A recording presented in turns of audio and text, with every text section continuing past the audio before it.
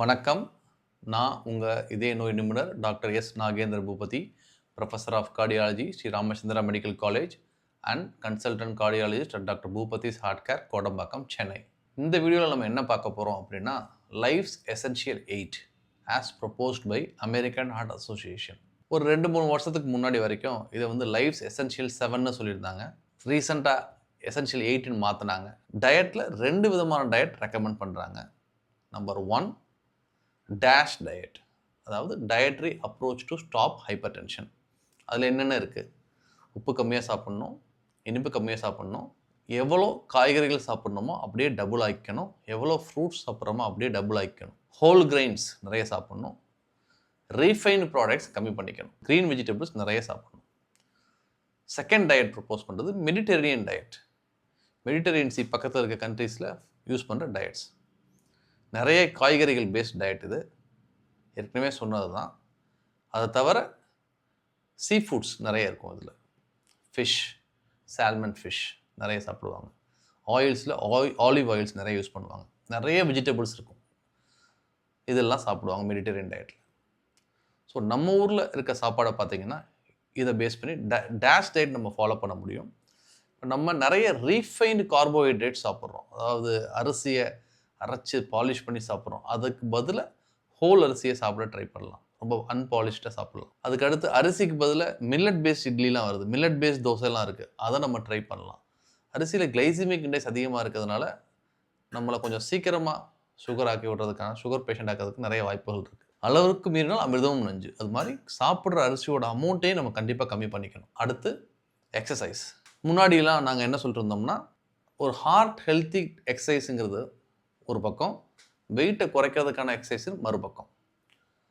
Heart healthy exercise பற்றி தான் இப்போ நம்ம பார்க்க போகிறோம். ஒரு ஆவரேஜ் இண்டிவிஜுவல், ஹார்ட் ப்ராப்ளம் இல்லாத இண்டிவிஜுவல் 8000 ஸ்டெப்ஸ் நடந்தாங்க அப்படின்னாலே அவங்க இறக்கிறதுக்கான வாய்ப்புகள் கம்மியாகிடுது, கம்ஃபர்டபுளாக வாழ்றதுக்கான வாய்ப்புகள் அதிகமாகிடுது. அவங்களுக்கு ஹார்ட் ப்ராப்ளமே இருந்தாலும் நல்லா வாக்கிங் பண்ணிட்டுருக்குறாங்க, 8000 ஸ்டெப்ஸ் பண்ணி நடக்கிறாங்கன்னா அவங்களுக்கு ஃப்யூச்சரில் திருப்பி ஹார்ட் ப்ராப்ளம் வரதுக்கான வாய்ப்புகள் கம்மியாகிடுது. ஸோ ஓவராலாக 150 மினிட்ஸ் பெர் வீக் நல்லா வாக்கிங் பண்ணியிருக்கணும். அப்படி இல்லைன்னா 3 days in a week weight lifting பண்ணலாம். இதெல்லாம் ஹார்ட் ஹெல்த்தியை வச்சுக்கும். இதய நோய் இருக்கிறவங்க வெயிட் லிஃப்டிங் எக்ஸசைஸ் பண்ணுறதுக்கு முன்னாடி அவங்க மருத்துவர் அணுகிறது அத்தியாவசியம். நம்பர் 3, ஒபிசிட்டி, உடல் பருமன். நம்ம வெயிட் ஷேப் ரேஷியோ எந்த மாதிரி இருக்குன்னு பார்த்துட்டு அதுக்கேற்ற மாதிரி நம்ம வெயிட்டை குறைக்கணும். பாடி மாஸ் இண்டெக்ஸ் அவ்வளோ அக்யூரேட் இல்லை, but one of the most commonly used parameter. அதில் நம்ம இந்தியன் ரேஸ்க்கு ஏற்ற மாதிரி எல்லாம், இப்போ பாடி மாஸ் இண்டெக்ஸ் 25க்கு மேலே போயிடுச்சுன்னா ஒபிசிட்டின்னு சொல்கிறோம். பட் இந்தியாவில் பார்த்தீங்கன்னா 23க்கு மேலே போயிட்டாலே ஒபிசிட்டின்னு சொல்லிடுறோம்.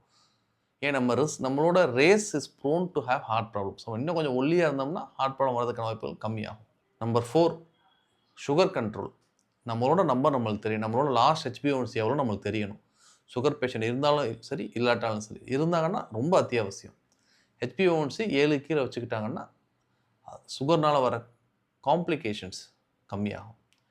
பிளட் ப்ரெஷர் 130-80 கீழே கண்டிப்பாக வச்சுக்கணும். 120-80 கீழே இருக்கிறது ரொம்ப நல்லது. 130-80க்கு மேலே போயிடுச்சுன்னா ட்ரீட்மெண்ட் ஆரம்பிச்சுக்கிறது அத்தியாவசியம். Treatment can be non pharmacological, அதாவது லைஃப் ஸ்டைல் மாடிஃபிகேஷன்ஸ். அதில் கண்ட்ரோல் பண்ண முடியலன்னா மாத்திரை எடுக்கிற மாதிரி இருக்கும். Cholesterol, low density lipoprotein cholesterol, bad cholesterol, அதை ப்ராப்பரான கண்ட்ரோலில் வச்சுக்கணும். லைஃப் ஸ்டைல் மாடிஃபிகேஷன் தான் அதுக்கு மெயின் தீர்வு. அதுக்கப்புறம் மாத்திரை மருந்து தேவைப்பட்டால் எடுக்க வேண்டியது இருக்கும். அதுக்கு அடுத்து no nicotine. Smoking by any forms is injurious to health. Whether you vape or smoke using e-cigarettes is injurious to your health. Tobacco formation, various formulations இருக்குது. குட்கா, பான் எல்லாமே இன்ஜூரியஸ் டு யுவர் ஹெல்த். அந்த 8th பாயிண்ட் வந்து sleep. Sleep ரொம்ப முக்கியமானது, நமக்கு நல்லாவே தெரியும். குறைஞ்சபட்சம் 7-9 மணி நேரம் நார்மலாக ஒரு அடல்ட் தூங்கணும். 10 மணிக்கு பெட்டுக்கு போயிடணும்.